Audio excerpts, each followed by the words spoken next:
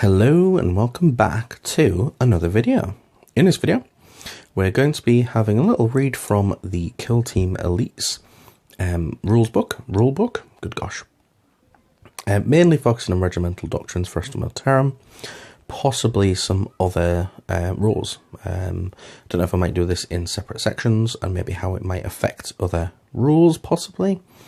But anyway, so before we begin, if you'd like to see more videos like this one and hear more about rules like these, please hit the subscribe button and destroy the bell button so that you never miss an upload. So what I'll do is I might flick between this and some of the other rules books, see how it might incorporate within that, because it'll be the more layers we add onto these rules, the more effects they'll have in game. But what we'll do is we'll start by reading the rules. So it says Regimental Doctrines. Then it says, the sub-factions for models with the Astra Millitarum faction keyword are called regiments, and their sub-faction abilities are called Regimental Doctrines. If your kill team is battle-forged and all models in your kill team are drawn from the same regiment, models, good gosh, in the kill team gain the Regimental Doctrine, described opposite, and you can use that regiment's tactics. It then says Millitarum Tempestus. Models with the Millitarum Tempestus keyword cannot be drawn from a regiment. However, their presence in your kill team does not prevent you from using a Regimental Doctrine, as long as the models in your kill team that can be drawn from a regiment are all drawn from the same regiment. Yeah, that was a sentence, that was a full stop. It made it sound like it was a comma. Then it says, note, however, that models with Millitarum Tempestus keywords can never themselves benefit from Regimental Doctrine unless every model other than advisors and auxilia, see opposite, in that kill team have the Millitarum Tempestus keyword, in which case you will use the Stormtrooper Regimental Doctrine. I think the last sentence in there was very clarificational, good gosh.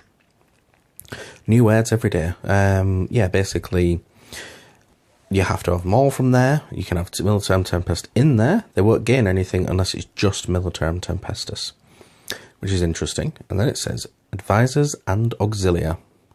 Models with the following keywords cannot be drawn from a regiment. However, their presence in your kill team does not prevent you from using Regimental Doctrine, as long as the models in the kill team can be drawn, good gosh, from a regiment are all drawn from the same regiment. Note, however, that models in the following keywords can never themselves benefit from a Regimental Doctrine.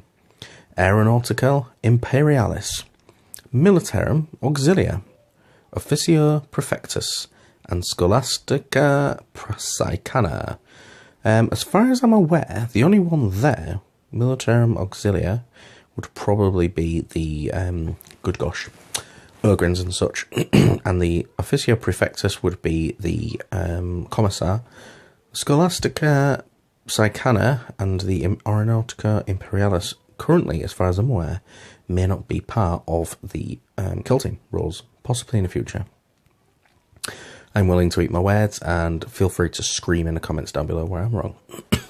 Cadian-born soldiers, that's their rule. It says Cadians are raised from birth to fight the Imperium's endless wars. Decades of rigorous firing drills have forged them into expert, sharp shooters. Not so much to save the world, however. Anyway, it then says the actual rule is reroll unmodified hit rolls of 1 in the shooting phase for models in your kill team if they have not moved in this battle round. If a model in your kill team is issued the Take Aim order and it has not moved in the battle round, reroll all failed hit rolls for that model until the end of the phase. Well, I'm quite impressed with that. That's exactly a carbon copy, nearly a carbon copy anyway, as the Codex rules. So Cadians are going to be doing very well within kill team, I think. Rerolling ones is always good. Considering you hit on 4s, you're going to be close to a Space Marine, but if you issue them the Take Aim order, which you can now get, and you can do it as an aura bubble, I think within 3 or 6 inches of your leader, if you have a commander, meaning all you guys are going to reroll all failed hits, so you're going to shoot better than Space Marines, which is pretty impeccable. So I don't even really need to tell you why that's good, which I kind of just did. But I mean, like with like plasma guns and sniper rifles, everything that you need to be accurate is likely going to be more accurate. Even if you're hitting on 5s and 6s, you're still going to have a way better chance of actually hitting, which is impeccable. Good word. Then it says, Katchan Brutal Strength. In the deadly jungles of Katchan, only the strongest survive. The sons and daughters of this death world are ferocious warriors, taller and more powerful than typical humans. It then says, add 1 to the strength characteristics of models in your kill team. In addition, add 1 to leadership characteristics of your models if they are within 6 inches of a Katchan officer. So the leadership one is kind of less good than the strength. However, it is pretty good, and it's going to make you stick around that little bit longer if you're with an officer again using commanders.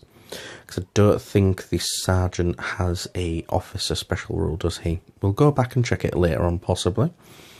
And I'll probably do more in-depth on each of the kill teams with specific regimental doctrines. And then we go on to Valhallan Grim Demeanour. Possessed of a grim fatalism regarding the prospect of death, Valhallan Ice Warriors will march unflinchingly into the most hellish of firestorms. It then says, sorry about that, can't clear my throat. Let me see if I can do it and pause the video. Hopefully this will be better.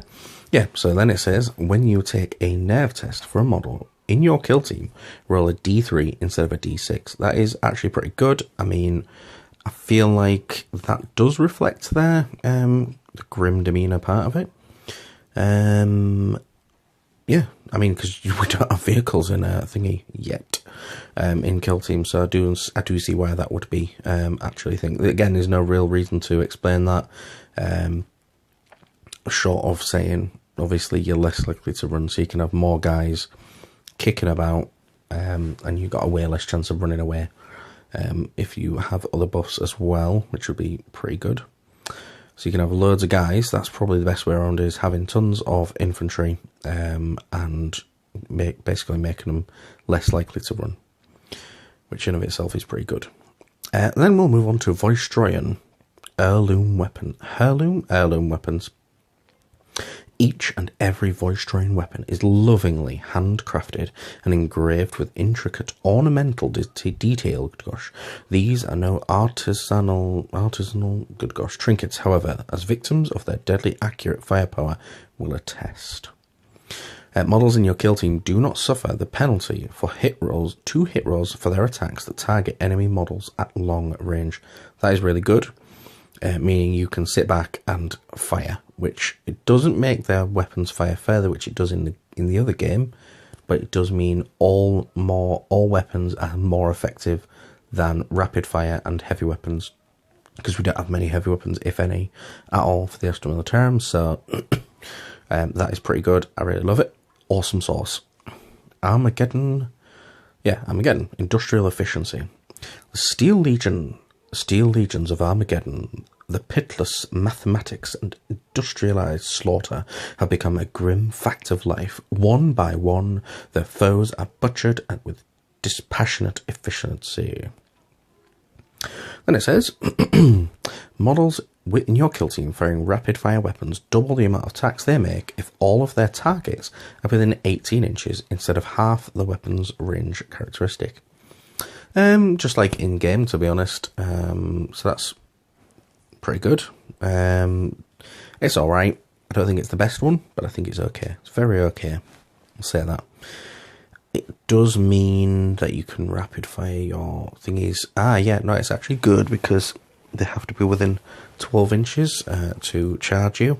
So you can be just outside their charge range and rapid fire them, which is pretty good. Especially with, it says rapid fire weapons, so mainly we're specifically talking about plasma guns. Mainly. And then we'll move on to Talan. Swift as the wind. Masters of the lightning ambush, Talon warriors strike with an overwhelming force before swiftly fading into the wilderness as if they were never there at all. And it says, models in your kill team can shoot in the shooting phase even if they advanced in the same battle round, with the exception of heavy weapons. As far as I'm aware, I can't think of any heavier weapons, but we might have to have a look at them.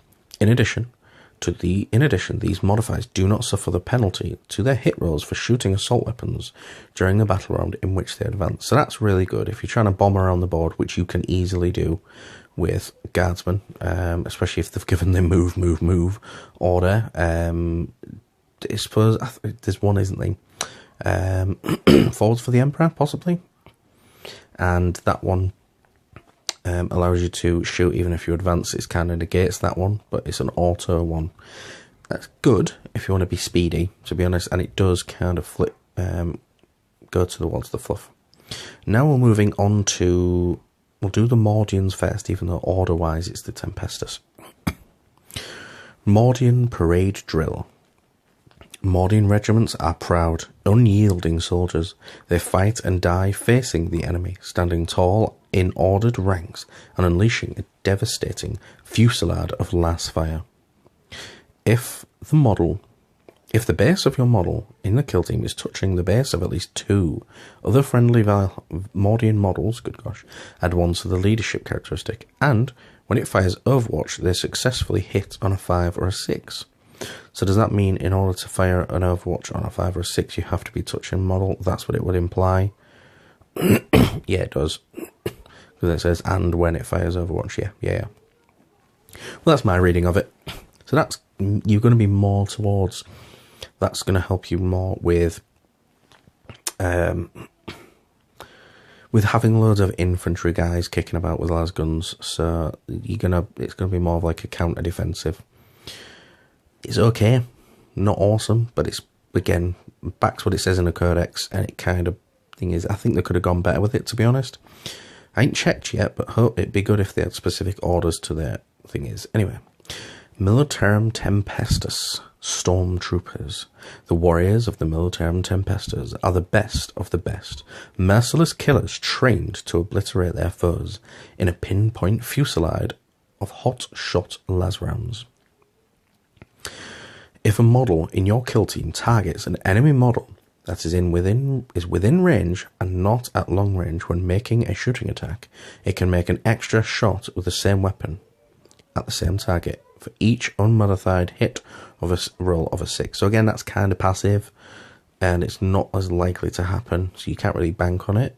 But if you go in all Millitarum Tempest anywhere, why wouldn't you go for it?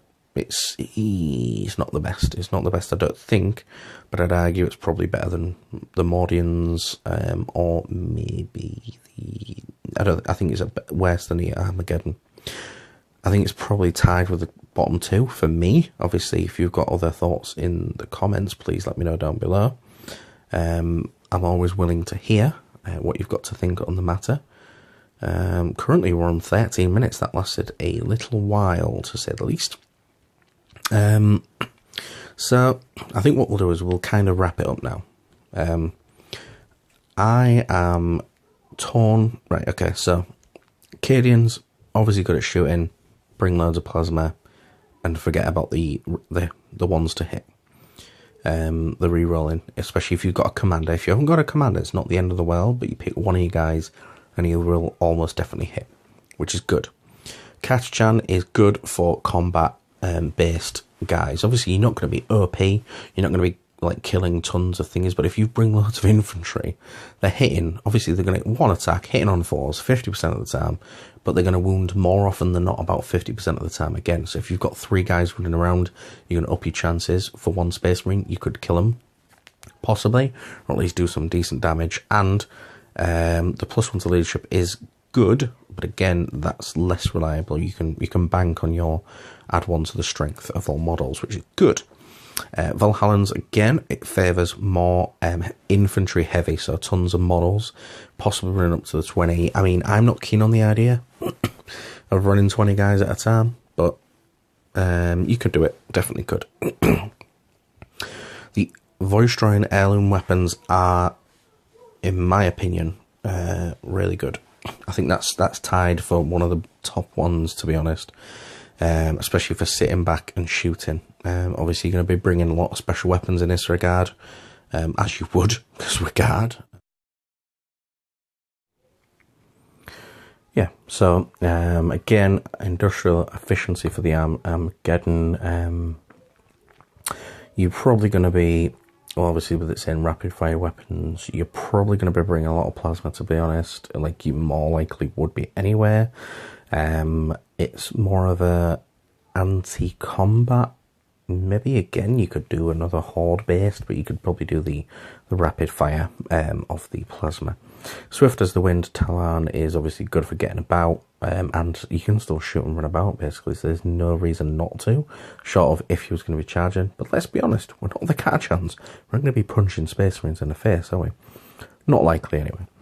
Millitarum, Tempesta, Stormtroopers, that's okay. It's very okay-ish, to be honest. I think they could have done better, but, you know, 6s, getting an extra one, so long as it says within range and not at long range. You would have to be spitting distance to actually get that 6s, so it's not that great, to be honest. Mordian parade drill, you're going to be running around with at least, it says with at least 2 of the models, so you're probably going to be want to bring in 4 guys next to each other, which you can do, because you're guard, especially infantry-based, adding 1 to your leadership, but it's not that great. I mean, fluff-wise it's good, but it's meh. I mean, obviously, again, I could be wrong, so that's the way I would play the Regimental Doctrines for the guard. Let me know if you do it differently, if I've got something horribly wrong. Are we ever getting anything for the Forge World stuff? Who knows? Let me know what you think in the comments below, which I've probably said about 50 times.